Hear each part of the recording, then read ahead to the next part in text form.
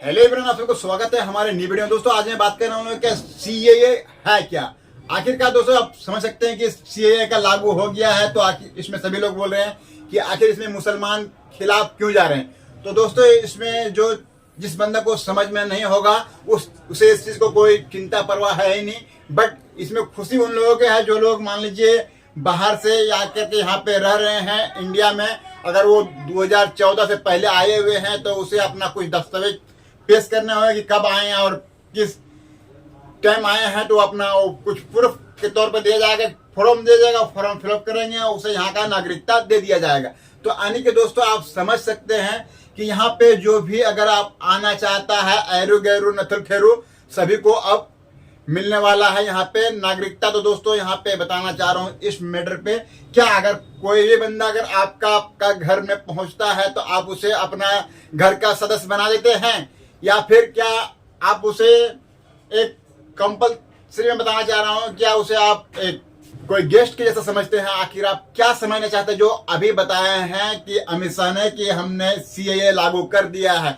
तो but CAA लागू तो आपने बहुत अच्छा तरीका से किया। अगर मान लीजिए आपने जब किए हैं तो फिर भी यहाँ पे आपने दो पल्लों में बांटे हैं। क्यों दो पल्लों में बांटे हैं कि आपने सिख जैन ईसाई बौद्ध को सभी को आपने नागरिकता दे रहे हैं, बट मुस्लिम को क्यों नहीं दिए। क्या मुस्लिम बाहर से मुस्लिम के यहाँ पे उसको नहीं दे सकते हैं क्या? मुसलमान यहाँ का क्या नहीं है क्या? जो मान लीजिए वो यहाँ भी रह रहे हैं, अगर मान लीजिए वो 10 साल जब रह रहे फिर उसको नागरिकता क्यों नहीं दिया जा रहा है। और दूसरी बात मैं बताना चाह रहा हूँ, जब हुए थे गुजरात में लागू सीएए एनआरसी, तो एनआरसी में क्या दिखाया गया था कि एनआरसी में कौन सा बंदे ज्यादा वहां पर छाटे गए थे, जो कैंप में जमा हुए थे, वो कितने लोगों को डिटेंशन कैंप में डाला गया था। तो दोस्तों वहां पे आप समझ सकते हैं कि लगभग जो डाला गया था 70% वहां पे हिंदू थे और 30% के आसपास में मोहम्मदन थे। अब इसमें इस तौर पे इसका उसे ये डर था, खौफ था कहीं ना ऐसा ना हो कि मुझे अपना ही पैर में कुल्हाड़े मारे जा रहे हैं, जिस कारण से उसने एक नया कानून को लागू किया जिसका नाम रहा सीएए, ताकि इस तरह का मैटर ये रहा कि आगे मेरा सांप भी मर जाए और लाठी भी ना टूटे। यानी कि आप समझ सकते दोस्तों कि सीएए लाने के बाद में वो ये चीज साफ कह रहा है कि हमारा जो विदेश माना अदर कंट्री से आया है कि पाकिस्तान, बांग्लादेश, ईरान, ये सब दोस्त जो आए हैं तो उन्हें नागरिकता दे दिया जाएगा, बट इसमें मुस्लिम को छाट करके यानी कि उसे नहीं मिलेगा। तो इस तौर पे आप समझ सकते हैं कि जो इस तरह अगर मान लीजिए जिसे वहां पर नहीं मिल रहा नागरिकता जो है मुसलमान, अब उसमें किन लोगों की नागरिकता, अगर मान लीजिए वो यहाँ पर बाहर देश से नहीं आए हैं, यहीं का रहने वाले हैं, अगर उसके पास में कोई ऐसा दस्तावेज नहीं कर, इस तरह के कागज पत्रों में बहुत सारा लोग ऐसा होता है, क्योंकि मैं खुद ठेठ भाषाओं में आप लोगों को समझाना चाह रहा हूँ कि अगर हर एक बंदा, अगर आप ये वीडियो देख रहे हैं, आप अपना निजी जिंदगी का खंगाल कर देखिएगा, अगर आप पूछा जाएगा तो आप अपना माँ बाप का ही दिखा पाइएगा, बट अगर मान लीजिए पूरा कुश्ती अगर निकालना खंगालना पड़ जाएगा तो बहुत सारा ऐसा भी होता है कि अगर मान लीजिए आपका पास में कोई ऐसा परेशानियां में अपना जगह जमीन को आप बेच दिए हैं और आप बेच करके आपने किराए पे रह रहे थे, फिर से आपने अर्न करना चालू किया और वहां से अर्न करके फिर से आपने जमीन खरीदे और अपना घर लिए, घर बनाए, तो उस घर का कोई वैल्यू नहीं है। वैल्यू किस लिए नहीं है बताना चाह रहा हूँ, और ये वैल्यू किसे नहीं मिलेगा, वो जो मुसलमान है उसे ये वैल्यू नहीं मिलेगा। किस लिए वैल्यू नहीं मिलेगा? क्योंकि आपके पास डॉक्यूमेंट्स है ही नहीं।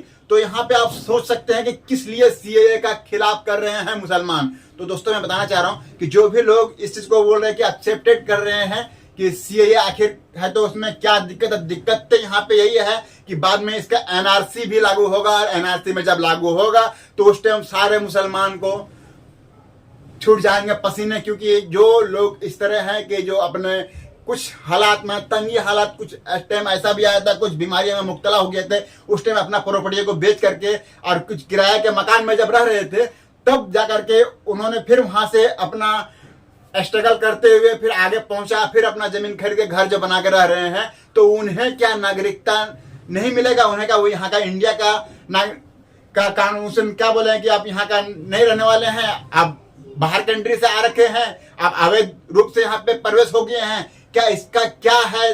तो ये मैं कहना चाहता हूँ, अगर इस वीडियो अगर मोदी तक पहुंचता है तो मोदी इस पर ये करे कि अगर जो बंदा, अगर बहुत सारे लोग ऐसे गरीब परिवार से बिलोंग करते होंगे, जिसके पास में अगर मान लीजिए उसके कोई सदस्य को बीमार या परेशानी हो जाता है तो उसे कुछ भी नहीं रह पाता है सिवाय जो रहने का घर होता है। अगर बाप दादा को जो घर दिया गया रहता है, जो पुश्तैनी प्रूफ होता है, वो बिक्री करके लोग किराए के मकान पे रहने लगते हैं।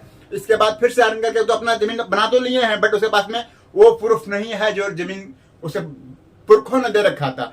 तो जिस चीज से प्रूफ जो साबित कर रहे हैं कि हम इंडियन कल्चर का, इंडिया का मैं वासी हूं, तो इसमें क्या गलत कह रहे हैं जो सीएए को खिलाफ कर रहे हैं कि सीएए को लाने के लिए लोग इतना बेताला थे। इसमें जो लोग मान लीजिए जितने भी मुस्लिम समाज को उसे बैकआउट कर रहे हैं, तो किस लिए बैकआउट कर रहे हैं मैं बताना आप लोग का चाह रहा हूँ। आप लोग आखिर समझ ही गए होंगे दोस्तों मैं क्या कहना चाह रहा हूँ।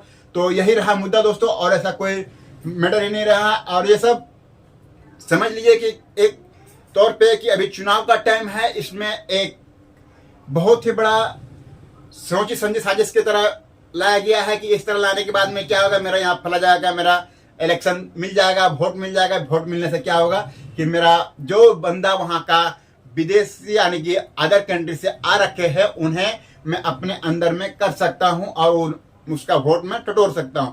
बट यहाँ पर मेरा कहना के मतलब ये है कि जो बंदा यहाँ का वासी है, जिसके पास परेशानियां था, बहुत गरीब था, नहायत था, उन लोगों ने जब अपना यहाँ पे कुछ परेशानियों के चक्कर में बेच करके जो फिर से रहा, तो उसका आप क्या कानून निकालते हैं। तो ये चीज को सोचना चाहिए अमित शाह को और नरेंद्र मोदी जी को।